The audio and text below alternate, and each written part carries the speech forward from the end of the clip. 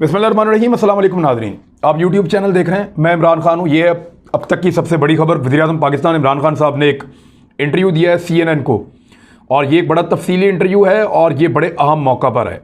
अफ़गानिस्तान फ़तह होने के बाद, फॉल ऑफ काबुल के बाद एक डिटेल इंटरव्यू वज़ीर-ए-आज़म पाकिस्तान इमरान खान साहब का ये पहली मरतबा मंज़र-ए-आम पे आया। तकरीबन तमाम चीज़ें जो हैं अफ़गान हुकूमत का जो है वो हो चुका है ऐलान, और डेवलपमेंट सारी हो चुकी हैं। दुनिया अपनी अपनी लाइन ले रही है। इस वक्त पाकिस्तान के वज़ीर-ए-आज़म का इंटरव्यू ये बहुत अहम था, और वाकई में ये बहुत अहम इंटरव्यू है, क्योंकि सवालात बड़े टफ पूछे गए और उनके जवाब इमरान खान साहब ने बड़े खुल कर दिए हैं। ये सवाल जवाब आपको बताएंगे कि पाकिस्तान एक्चुअली अफ़गानिस्तान के बारे में क्या सोचता है, अमेरिका के बारे में क्या सोचता है, और आने वाले दिनों में क्या ऐसा करने वाला है पाकिस्तान जिसकी दुनिया उसे तवक्को करना चाहे या ना करना चाहे, लेकिन पाकिस्तान तो वही करेगा। अब ये चीज़ें मैं आपके सामने रख देता हूँ। एक्चुअली इंटरव्यू लिया रेबेका एंडरसन ने, बेकी के नाम से ये जानी जाती हैं, और ये एक बरतानवी सहाफ़ी हैं, CNN के साथ जुड़ी हैं 1999 से, यानी इनको CNN के साथ काम करते हुए 22 साल हो गए हैं, और वहाँ पे ये एक प्रोग्राम करती हैं, न्यूज़ प्रोग्राम इनका होता है कनेक्ट द वर्ल्ड के नाम से। उसमें इन्होंने इमरान खान साहब का एक डिटेल इंटरव्यू लिया है। उस इंटरव्यू में क्या हुआ, मैं सवाल और जवाब उर्दू में आपके सामने रख देता हूँ। पहला सवाल, अफ़गानिस्तान की हालिया सूरत हाल पर आप क्या कहेंगे? बड़ा बुनियादी सवाल था बेकी का, और उस पर जो जवाब है वो ये कि मैं समझता हूँ कि अफ़गानिस्तान एक तारीखी दोराहे पर है। हमारी दुआ है कि ये 40 साल बाद अमन की राह पर चला जाए, और अगर तालिबान तमाम धड़ों को साथ लेकर हुकूमत बनाए तो ये मुमकिन हो सकता है। अगर ये अमल नाकामी से दो चार होता है, जिसके बारे में हमें बहुत ज़्यादा खदशात भी लाहक हैं, तो इससे अफरा तफरी मचेगी, सबसे बड़ा इंसानी बहरान पैदा होगा, मुहाजिरीन का मसला पैदा होगा, अफ़गानिस्तान गैर मुस्तहकम हो जाएगा। अफ़गानिस्तान की सूरत हाल परेशान कुन है। अमेरिका ने दहशतगर्दी से लड़ने के लिए अफ़गानिस्तान पर हमला किया था, लेकिन गैर मुस्तहकम अफ़गानिस्तान के नतीजे में वहाँ से फिर दहशतगर्दी का ख़तरा जन्म ले सकता है। अगला सवाल, तालिबान की ये हुकूमत एक जामे हुकूमत नहीं है। सब ममालिक को यही खदशात हैं कि इस हुकूमत के साथ वो औरतों, बच्चों और अफ़गान अवाम को बुनियादी हुकूक किस तरह मुहैया करेंगे। इस बारे में आप कितने परेशान हैं? इमरान खान साहब ने इसका जवाब दिया, इस वक्त कोई भी पेशगोई नहीं कर सकता कि अफ़गानिस्तान कहाँ जाएगा। तालिबान ने कहा है कि वो एक जामे हुकूमत चाहते हैं। वो अपने ख्यालात के मुताबिक ख़वातीन को हुकूक भी देना चाहते हैं, वो इंसानी हुकूक की फराहमी भी चाहते हैं। उन्होंने आम माफ़ी का ऐलान किया है। तो ये सब चीज़ें इस बात का इंडिया देती हैं कि वो चाहते हैं कि आलमी बरादरी उन्हें तस्लीम करे। अफ़गानिस्तान को बाहर से बैठकर कंट्रोल नहीं किया जा सकता। उनकी एक तारीख है।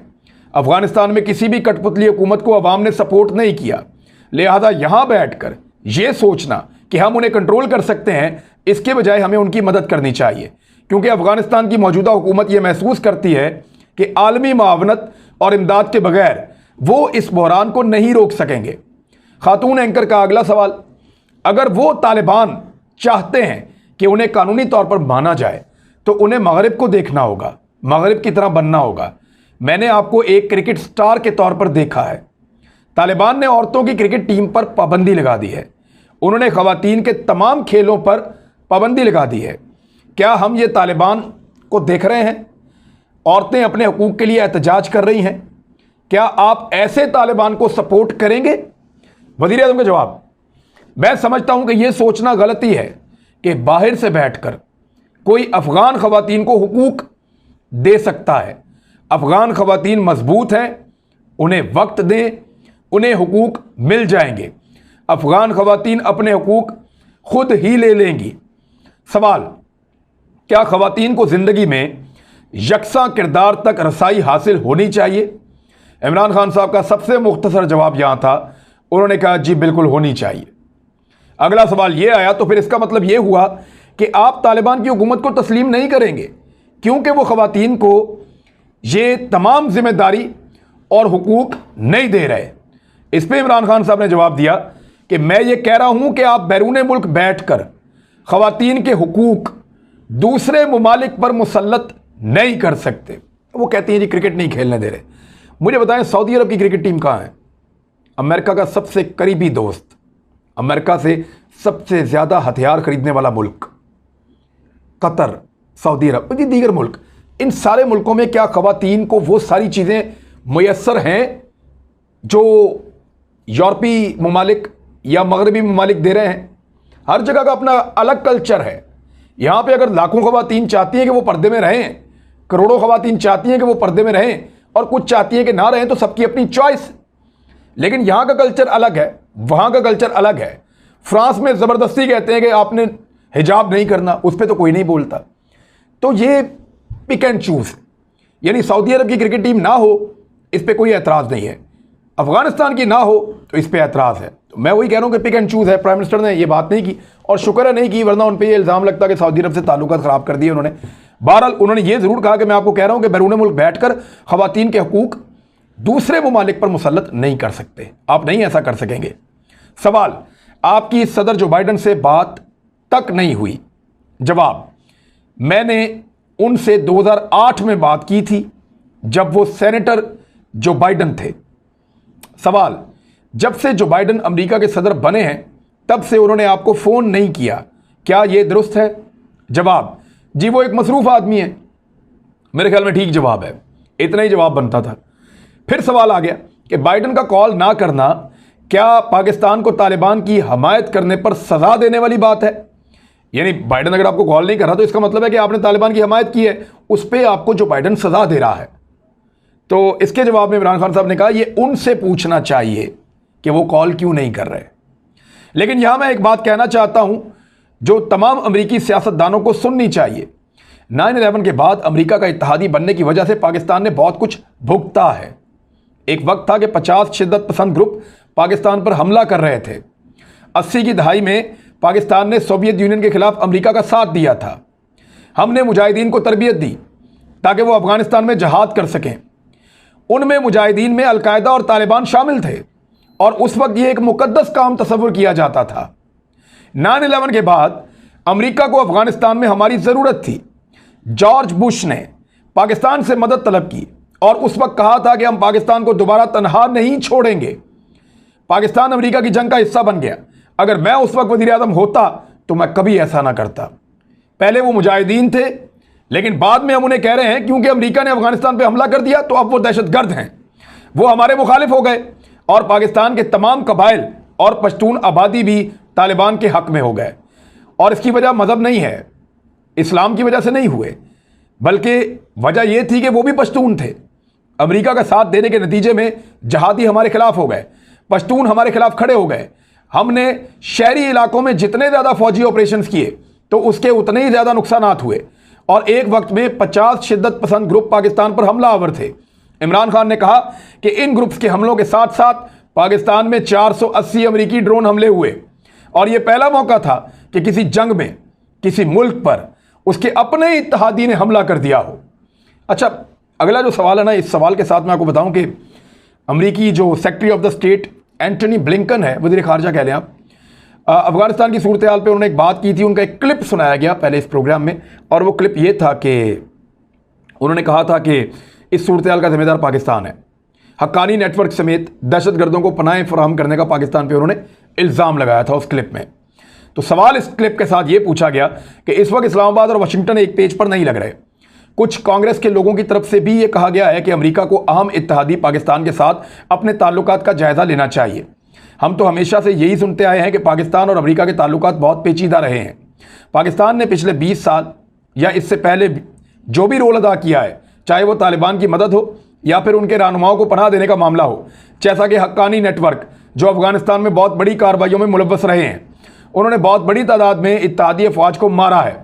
जैसा कि 2011 में एक अमरीकी जर्नल ने भी कहा था, क्या यही वजह है कि मगरिब और पाकिस्तान में एतमाद का फुकदान है?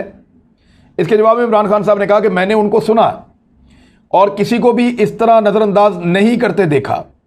उन्हें कुछ पता ही नहीं है, वो मामलात को समझ नहीं रहे कि अफगानिस्तान में हुआ क्या है। दरअसल वो सब सख्ते की हालत में है। रियासत पाकिस्तान असल में अमेरिका का साथ देने की वजह से हमलों के जद में आई थी। अमरीकियों को मालूम नहीं कि हक्कानी नेटवर्क क्या है।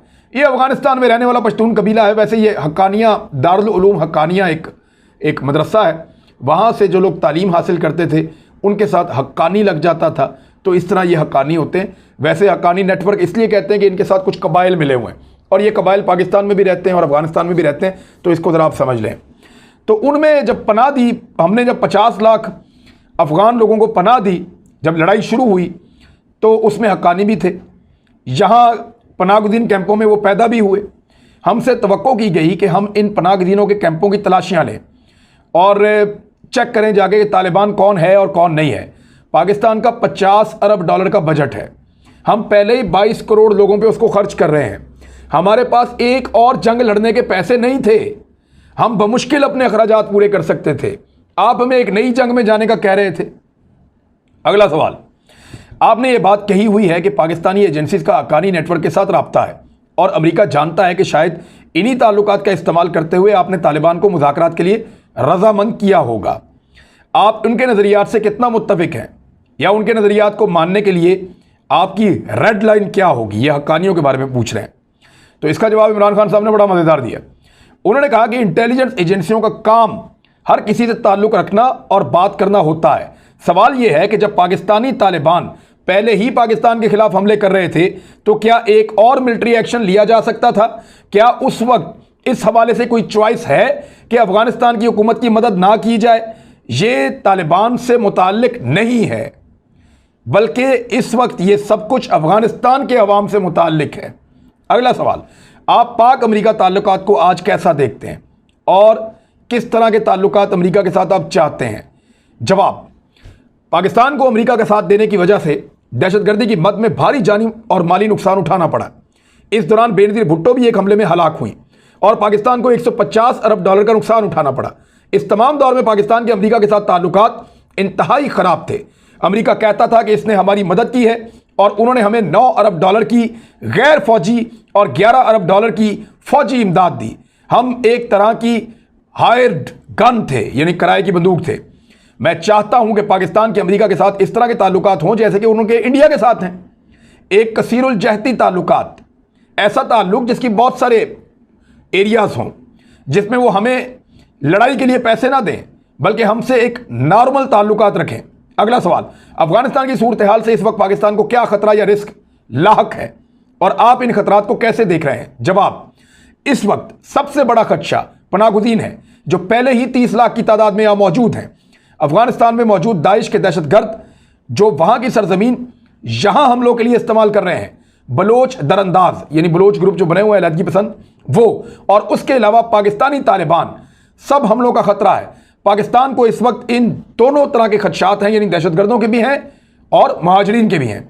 चीन के साथ ताल्लुकात अमेरिका के साथ ताल्लुकात पर मुनहसर नहीं है। ये इमरान खान साहब ने क्लियर किया था कि जो पाकिस्तान के चीन के साथ ताल्लुकात हैं वो एक अलग किस्म के ताल्लुकात हैं, अमेरिका के साथ ताल्लुकात हैं वो अलग किस्म के ताल्लुकात हैं। चीन से ताल्लुकात के बारे में इमरान खान साहब ने कहा कि उनके चीन के साथ ताल्लुकात अमेरिका के साथ ताल्लुकात पर मुनहसर नहीं है। ये पाकिस्तान ही था जिसने 1970 की दहाई में चीन और अमेरिका के दरमियान बर्फ पिघलाने में अपना किरदार अदा किया था। तो ये था जी वज़ीर-ए-आज़म पाकिस्तान इमरान खान साहब का एक इंटरव्यू। इस इंटरव्यू में कुछ चीज़ें बड़ी क्लियर हो गई हैं कि पाकिस्तान दुनिया के साथ लड़ाई भी नहीं चाहता। पाकिस्तान ये चाहता है कि चीन के साथ, रूस के साथ, इस खित्ते के अंदर जो भी शराकतदारी हो सके पाकिस्तान आगे बढ़ पाए, वो पाकिस्तान को करना चाहिए। लेकिन उसकी कीमत ये नहीं होनी चाहिए कि पाकिस्तान मगरबी ममालिक, अरब ममालिक या अमेरिका के साथ अपने ताल्लुकात को बिगाड़ ले। तो पाकिस्तान ये चाहता है कि मगरब के साथ पाकिस्तान के ताल्लुकात अच्छे रहें और इस खित्ते में भी तरक्की का एक नया दौर शुरू हो। एक तो ये चीज़ क्लियर हुई। दूसरा मामला ये क्लियर हुआ कि पाकिस्तान ये सोचता है कि इंसानी हकूक़ से ज़्यादा बड़ा मसला अफ़गानिस्तान में इस वक्त, यानी ख़वातीन कपड़े किस तरह के पहने, ख़वातीन खेल कौन सा खेलें, इससे ज़्यादा ज़रूरी ये है कि ख़वातीन को खाना मिले, बच्चों को खुराक मिले, उनको बुनियादी सहूलियात मिले। ज़रूरी ये नहीं है कि औरतों को जीन्स पहनने दी जाए, ज़रूरी ये है कि उनको तन ढांपने के लिए कपड़ा मिल जाए। ज़रूरी ये नहीं है कि औरतों को क्रिकेट खेलने दी जाए, ज़रूरी ये है कि औरतों को उनकी ग़िज़ाई किल्लत ना हो, उनको खुराक उनकी मुहैया की जाए, उनकी अद्वियात उनको मुहैया की जाए। ज़रूरी ये नहीं है कि वो इंसानी हकूक़ के अजीब-ओ-गरीब पैमाने वहाँ पर नाफिज किए जाएँ बाहर से ले जाके। ज़रूरी ये है कि इंसान ज़िंदा रह सकें और महफूज रह सकें। और वैसे भी अभी जब से तालिबान की हुकूमत आई है, अफ़गानिस्तान के अंदर कत्ल गारतगिरी के वाक़यात रिपोर्ट नहीं हो रहे और जराइम के अंदर जो कमी आई है वो 90% से ज़्यादा बताई जा रही है। तो ये इंटरव्यू बताता है कि पाकिस्तान की सिमत क्या है और पाकिस्तान अफगानिस्तान को लेकर, दुनिया को लेकर इस वक्त क्या सोचता है। बड़ा क्लियर इंटरव्यू था। अब तक के लिए इतना ही। अपना ख्याल रखिएगा, अपने इस चैनल का भी। अल्लाह हाफिज़।